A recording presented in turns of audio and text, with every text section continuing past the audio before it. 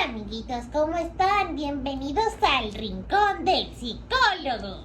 En el programa de hoy hablaremos sobre la antigüedad de la neuropsicología.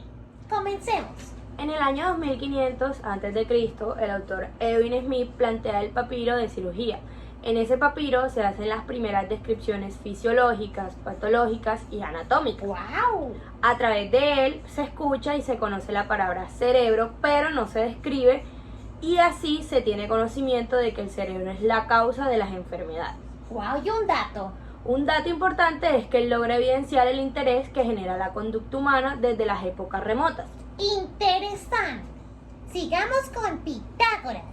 Seguido de este, en el año 580 a.C., el autor Pitágoras fue el primero en describir funcionalmente el cerebro como el órgano central. Wow. Y que en él se ubica el alma. Él nos decía que los procesos de pensamiento y el alma se ubican en el cerebro y no solo en el corazón. Entre estos dos autores hay una diferencia, y es que Smith plantea que el cerebro es un órgano que genera enfermedades, mientras que Pitágoras logra determinar como el centro, es decir, que sin él no se realizarían diferentes acciones. Muy interesante, Juli. ¡Felicitaciones! Hola, niño Héctor, ¿cómo has estado? Bien, ¿y tú, Camila? Hoy te voy a contar algo súper interesante. Wow.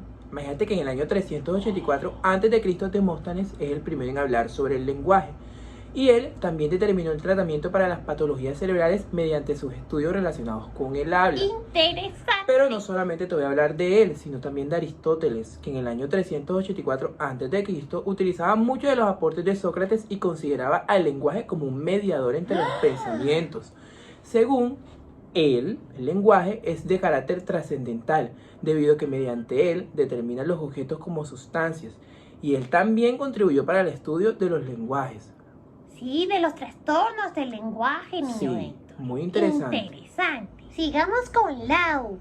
¿Qué nos cuentas? Bueno, Camila, te cuento que en el siglo III a.C. Alejandría describe y estudia más a profundidad la distinción existente entre nervios, venas y demás, considerado a que la conducta estaba organizada o impulsada por el alma y que se encontraba situada en el cuarto ventrículo del cerebro. O sea, que el alma era muy impresionante. Sí. Por otro lado, Poseidonius en el siglo IV a.C. afirmaba que la imaginación se localizaba en la zona anterior, la razón en la zona media y la memoria en la zona posterior. ¡Wow!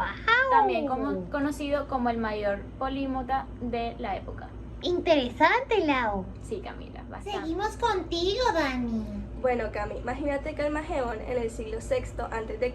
describe la conexión que hay entre el cerebro y cada uno de los sentidos. Wow.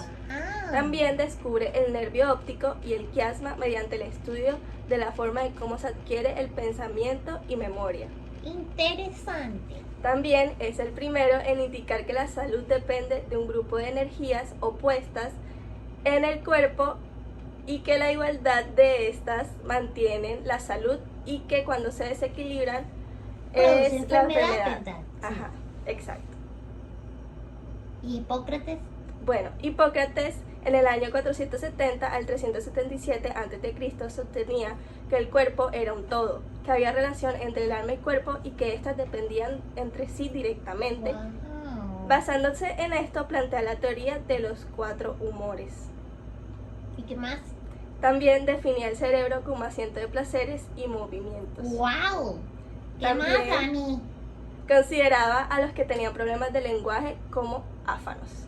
Interesante.